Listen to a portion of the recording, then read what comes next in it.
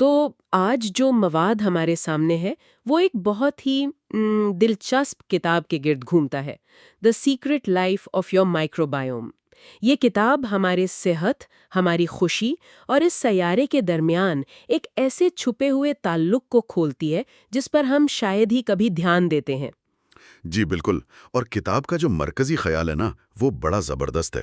وہ یہ کہتے ہیں کہ ہم خود کو ایک فرد سمجھتے ہیں، ایک الگ وجود، لیکن حقیقت یہ نہیں ہے۔ حقیقت یہ ہے کہ ہم ایک چلتا پھرتا ماحولیاتی نظام ہیں، ایک ایکو سسٹم۔ ایک ایکو سسٹم؟ جی، ہم زندگی کے ایک بہت بڑے پیچیدہ جال کا حصہ ہیں جس میں ننھے منھے جراثیم سے لے کر یہ پورا سیارہ شامل ہے۔ تو آج ہماری کوشش یہی ہوگی کہ ہم اس تعلق کو سمجھیں کہ قدرت یعنی نیچر اور اس کا تنوع یعنی بائیو ڈائیورسٹی ہماری بقا اور خوشحالی کے لیے اتنی ضروری کیوں ہے۔ تو پھر مشن واضح ہے، یہ جاننا کہ فطرت سے دوری صرف کوئی جذباتی یا فلسفیانہ بات نہیں ہے، بلکہ اس کے ہمارے جسمانی اور ذہنی صحت پر ٹھوس، قابل پیمائش اثرات مرتب ہو رہے ہیں۔ چلے اس کہانی کو وہیں سے شروع کرتے ہیں جہاں سے کتاب ہمیں لے کر جاتی ہے، 100 سال سے بھی پہلے کے دور میں۔ سال تھا 1914۔ برٹش میڈیکل ایسوسی ایشن کا سالانہ اجلاس ہو رہا تھا اور وہاں جان آرتھر تھامسن نامی ایک ماہر حیاتیات نے ایک تقریر کی جو سچ پوچھے تو آج کے دور میں ایک پیشن گوئی لگتی ہے۔ جی، اور اس تقریر کا عنوان تھا وز میڈیکیٹرکس نیچرے۔ یہ ایک لاطینی جملہ ہے جس کا مطلب ہے فطرت کی شفا بخش قوت۔ اچھا، فطرت کی شفا بخش قوت، تو یہ جڑی بوٹیوں والی بات ہو رہی ہے؟ نہیں، یہی تو دلچسپ بات ہے۔ یہ سن کر فوراً ذہن میں جڑی بوٹیوں اور دیسی علاج کا خیال آتا ہے، لیکن تھامسن اس سے کہیں گہری بات کر رہے تھے۔ ان کا کہنا تھا کہ فطرت کی اصل شفا بخش قوت اس کی خاموشی، اس کی وسعت اور اس کا حسن ہے۔ یہ وہ قوت ہے جو ہمارے ذہنوں کو تہذیب کی بھاگ دوڑ اور شور شرابے سے آرام اور سکون دیتی ہے۔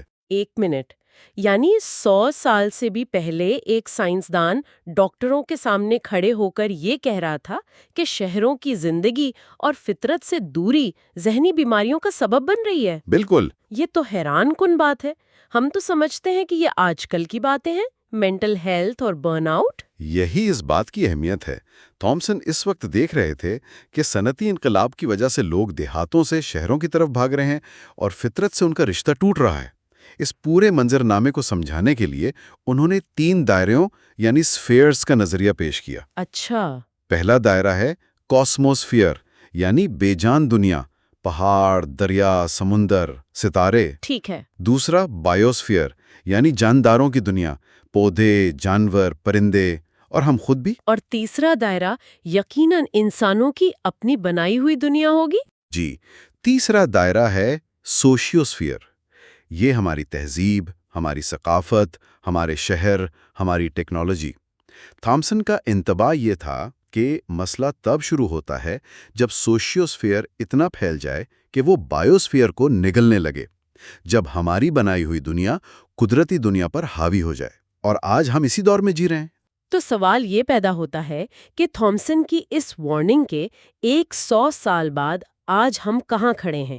کتاب میں اس کے لیے ایک بہت دلچسپ لیکن تھوڑا پیچیدہ لفظ استعمال ہوا ہے، ڈس بایوسفیئر۔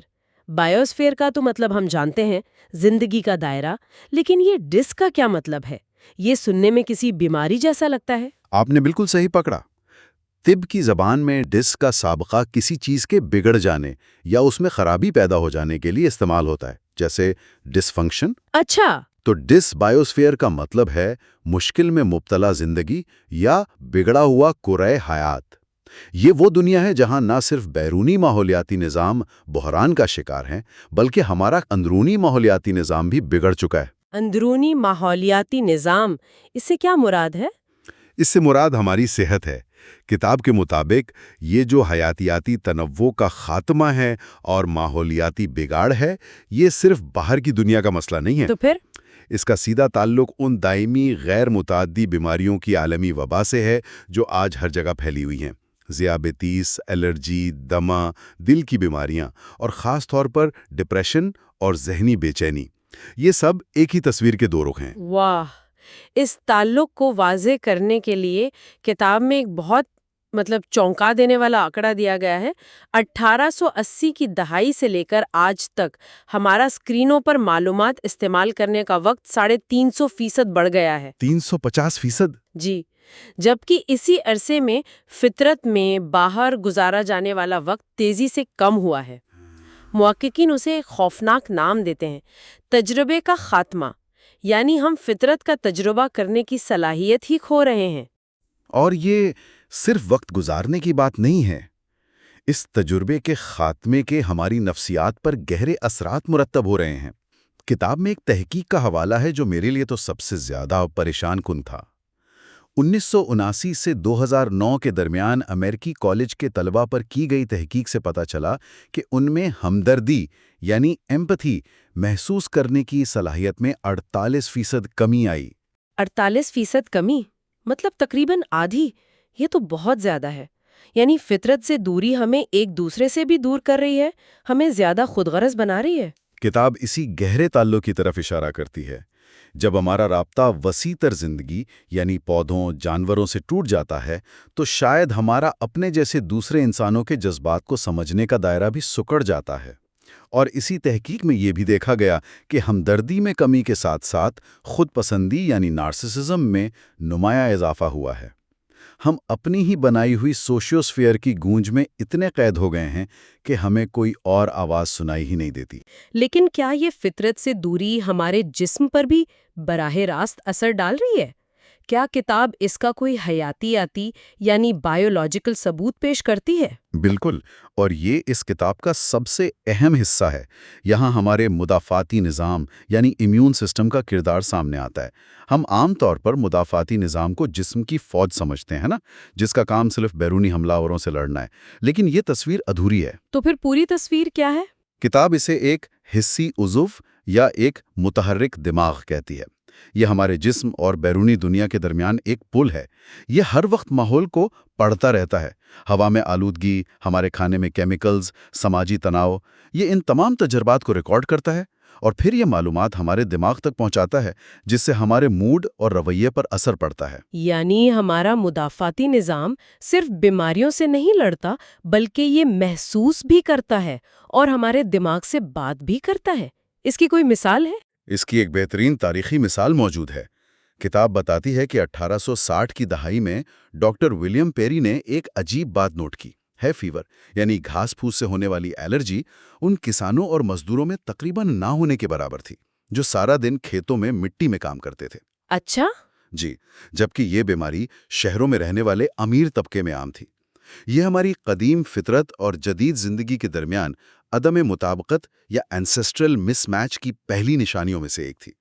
ہمارا مدافعتی نظام جس ماحول کے لیے بنا تھا، ہم نے اسے اس ماحول سے ہی نکال دیا ہے۔ تو آج اس عدم مطابقت کی وجہ سے ہمارے جسم کے اندر کیا ہو رہا ہے؟ اس کی بنیادی وجہ ہے ہمارے جسم میں ہر وقت موجود رہنے والی ہلکی شدت کی سوزش یعنی لو گریڈ انفلیمیشن۔ اس کو ایسے سمجھیں کہ جیسے آپ کی گاڑی کا الارم خراب ہو گیا ہے اور وہ بغیر کسی وجہ کے ہلکا ہلکا ہر وقت بجتا رہتا ہے۔ ٹھیک ہے۔ جدید زندگی کے کانٹے جیسے پروسیسڈ فوڈ، مسلسل ذہنی تناؤ، فضائی آلودگی اور نیند کی کمی ہمارے مدافعتی نظام کو ہر وقت ہلکا سا متحرک اور سوزش میں مبتلا رکھتے ہیں۔ یعنی آپ کہہ رہے ہیں کہ ہمارے جسم کے اندر ایک ہلکی سی آگ ہر وقت لگی رہتی ہے اور اس کی وجہ ہمارا جدید طرز زندگی ہے؟ یہ تو بہت سنگین بات ہے۔ جی، اور یہی سوزش ڈپریشن سے لے کر دل کی بیماریوں تک تقریباً ہر دائمی بیماری کی جڑ ہے۔ اور یہ صرف ہمارے محسوس کرنے پر اثر نہیں ڈالتی، یہ ہمارے ڈی این اے کی سطح تک جاتی ہے۔ ڈی این اے کی سطح تک؟ جی، ہمارے کروموسومز کے سروں پر حفاظتی ٹوپیاں ہوتی ہیں جنہیں ٹیلومیئر کہتے ہیں۔ ٹیلومیئر؟ یہ کیا چیز ہے؟ اس کو سمجھنے کے لیے اپنے جوتوں کے تسموں کا تصور کریں۔ ان کے سروں پر ایک چھوٹی سی پلاسٹک کی ٹوپی ہوتی ہے نا، جو انہیں بکھرنے سے بچاتی ہے۔ جی ہوتی ہے۔ ٹیلومیئر بالکل وہی کام ہمارے ڈی این اے کے ہی کرتے ہیں۔ جدید زندگی کا تناؤ، ناقص خوراک اور یہ دائمی سوزش ان حفاظتی ٹوپیوں کو وقت سے پہلے گھس دیتی ہے، اور جیسے جیسے یہ ٹوپیاں چھوٹی ہوتی جاتی ہیں، ہمارا ڈی این اے کمزور ہوتا جاتا ہے اور عمر بڑھنے کا عمل تیز ہو جاتا ہے۔ یعنی ہمارا لائف سٹائل ہمارے ڈی این اے کو وقت سے پہلے بوڑھا کر رہا ہے۔ یہ تو واقعی بہت گہری بات ہے۔ تو ہمارے مدافعتی نظام میں یہ جو مسلسل سوزش چل رہی ہے، کتاب کے مطابق اس کی ایک بڑی وجہ صرف بیرونی ماحول نہیں ہے۔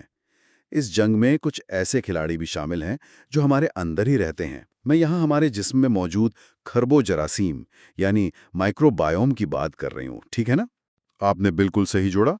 اب ہم کہانی کے سب سے دلچسپ حصے پر آ گئے ہیں، ہمارا مائکرو بائیوم۔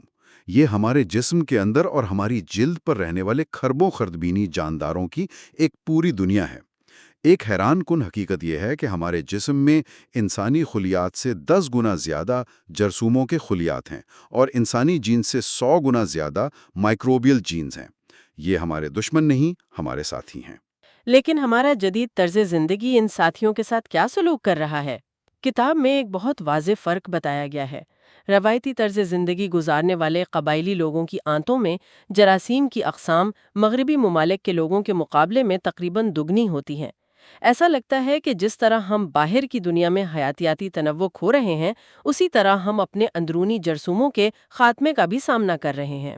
بالکل، ہم ایک اندرونی ایکسٹنکشن ایونٹ سے گزر رہے ہیں، اور اس تنوع کی کمی بہت اہم ہے۔ یہ متنوع مائکروبائیوم ہمارے مدافعتی نظام کو تربیت دیتا ہے، اسے سکھاتا ہے کہ اصلی دشمن کون ہے اور دوست کون۔ یہ ہمارے لیے ضروری وائٹامنز بناتا ہے، ہمارے کھانے کو ہضم کرنے میں مدد دیتا ہے، اور یہاں تک کہ ہمارے موڈ کو کنٹرول کرنے والے کیمیکلز بھی پیدا کرتا ہے۔ اور اس تنوع کو تباہ کون سی چیزیں کر رہی ہیں؟ ہماری جدید خوراک اس کی سب سے بڑی وجہ ہے۔ پروسیسڈ فوڈز، چینی اور فائبر کی کمی ہماری آنتوں کے اچھے بیکٹیریا کو بھوکا مار دیتی ہے۔ اس کے علاوہ اینٹی بائیوٹکس کا بے دریغ استعمال اور ہر وقت سینیٹائزرز اور جراثیم کش مصنوعات کا استعمال، ہم نے خود کو ایک جراثیم سے پاک بلبلے میں بند کرنے کی کوشش کی ہے، اور اس کی قیمت ہمارا مدافعتی نظام چکا رہا ہے۔ اس کا مطلب یہ ہوا کہ بیرونی ماحول کا تنوع ہمارے اندرونی تنوع کے لیے ضروری ہے۔ اس کا بہترین ثبوت فن لینڈ میں کی گئی ایک تحقیق سے ملتا ہے۔ انہوں نے شہر میں رہنے والے بچوں کے 2 گروہوں کا موازنہ کیا۔ ایک گروہ کے بچے عام شہری پارکوں میں کھیلتے تھے، دوسرے گروہ کے بچوں کے لیے جنگل کی زمین، پتے اور مٹی لا کر ایک قدرتی کھیل کا میدان بنایا گیا۔ اچھا، پھر کیا ہوا؟ صرف 1 مہینے کے اندر جنگل کی مٹی میں کھیلنے والے بچوں کی جلد پر صحت مند بیکٹیریا کی تعداد بڑھ گئی، ان کے خون میں مدافعتی نظام کے توازن میں بہتری آئی، اور الرجی کا باعث بننے والے مارکرز کم ہو گئے۔ یہ اس بات کا ٹھوس ثبوت ہے کہ فطرت کو چھونا، اس میں سانس لینا اور اس کا حصہ بننا ہماری صحت کے لیے کتنا ضروری ہے۔ تو اگر آج کی اس پوری گفتگو کا خلاصہ کیا جائے تو اہم نکات یہ ہیں۔ اول، ہماری صحت اس سیارے کی صحت سے الگ نہیں بلکہ گہرائی میں جڑی ہوئی ہے۔ دوم، فطرت سے دوری کے ہمارے مدافعتی نظام، ہماری ذہنی صحت اور ہمارے اندر بسنے والے خوردبینی ساتھیوں پر حقیقی اور سنگین اثرات مرتب ہو رہے ہیں۔ اور سوم، حیاتیاتی تنوع صرف ایک خوبصورت سائنسی تصور نہیں بلکہ ایک ٹھوس ضرورت ہے جسے ہمیں اپنی فلاح و بہبود کے لیے دیکھنا، چھونا اور اپنے اندر جذب کرنا چاہیے۔ بالکل، اور اس گفتگو کا مقصد یہ خوف دلانا نہیں کہ ہمیں ترقی چھوڑ کر فطرت کی طرف واپس جانا ہے۔ وقت کو پیچھے نہیں کیا جا سکتا، بلکہ پیغام یہ ہے کہ ہمیں فطرت کے ساتھ آگے بڑھنا ہے۔ ہمیں ایسے شہر، ایسے گھر اور ایسا طرز زندگی اپنانے کی ضرورت ہے جو فطرت کو اپنے اندر جگہ دے۔ چھوٹی چھوٹی تبدیلیاں جیسے پارک میں چہل قدمی، گھر میں پودے لگانا اور اس بات پر دھیان دینا کہ ہم جو کچھ کھاتے ہیں وہ قدرتی ہو، ہم اپنے اندرونی اور بیرونی دونوں ماحولیاتی نظاموں کو دوبارہ سے صحت مند بنا سکتے ہیں۔ چلیں اس گفتگو کو ایک آخری سوچ انگیز نقطے کے ساتھ ختم کرتے ہیں۔ کتاب میں ایک بہت دلچسپ نظریہ پیش کیا گیا ہے کہ چمکدار، شفاف اور متحرک چیزوں کے لیے ہماری پسند جیسے ہیرے یا اسمارٹ فون کی اسکرین، اس کا تعلق شاید لاکھوں سال پرانی ہماری ایک بنیادی ضرورت سے ہے، اور وہ ضرورت ہے صاف، تازہ اور بہتا ہوا پانی تلاش کرنا۔ یہ ہمارے ارتقائی ماضی کی ایک لاشعوری گونج ہے۔ واہ! سوال یہ ہے کہ ہمارے کون سے دیگر جدید مشاغل اور رویے فطرت میں ہمارے گہرے ماضی کی ایسی ہی گونج ہو سکتے ہیں، اور اگر ہم ان کو پہچان لیں تو یہ ہمارے آج کے ماحول کے ساتھ ہمارے تعلق کو کیسے بدل سکتا ہے۔